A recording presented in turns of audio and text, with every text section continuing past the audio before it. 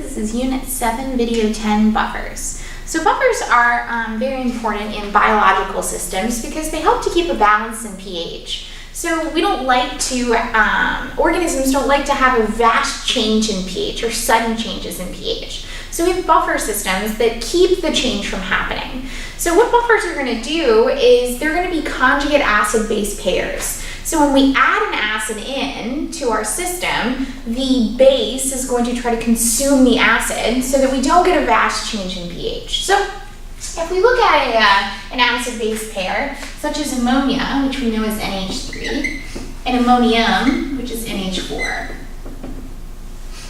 Okay, we know that ammonia is going to be our base, and ammonium is going to be our acid. Okay, and you notice the difference between the two. They're going to differ by 1 H+. The one that has the extra H+ is always going to be your acid, so therefore the other one's going to be your base. So what happens in a buffer system is, let's say we've got a solution here.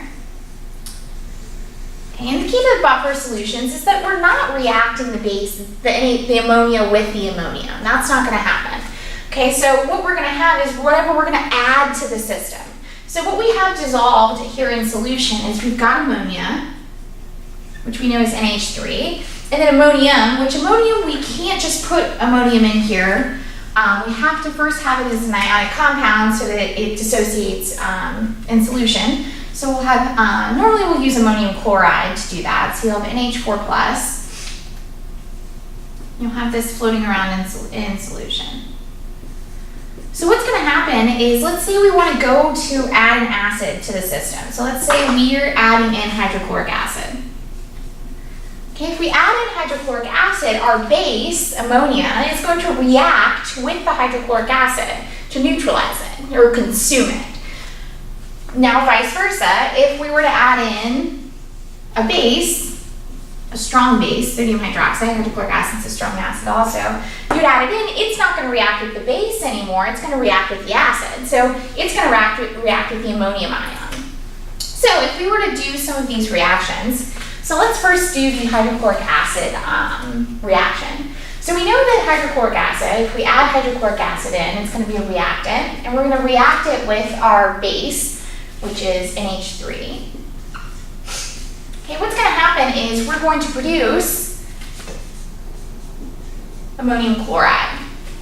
Okay, when we produce ammonium chloride, now this is going to be aqueous in solution, so it's going to break up.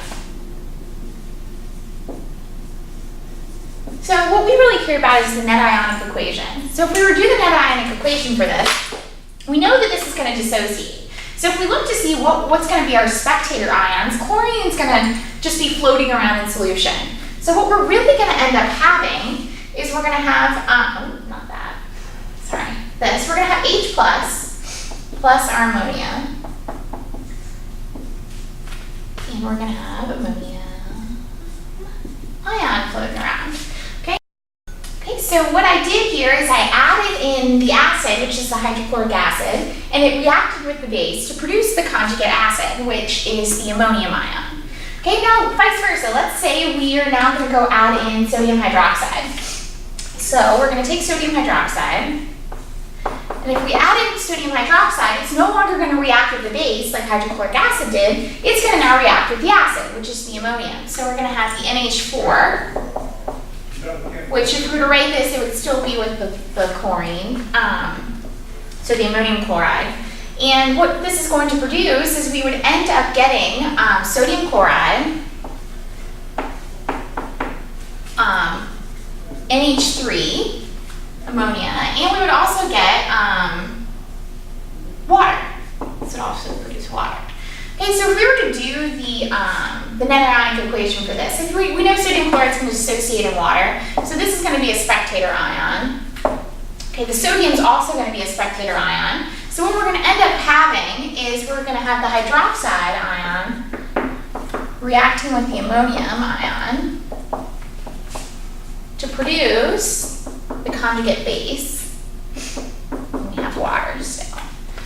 Okay? So here, we took a strong base. The strong base reacted with the acid to consume it, and what we formed was the conjugate base. So as you can see, buffer solutions are just trying to react with the opposite. So if you add a base, it's going to react with the acid, so it can consume that acid that got added in. So we don't want a vast change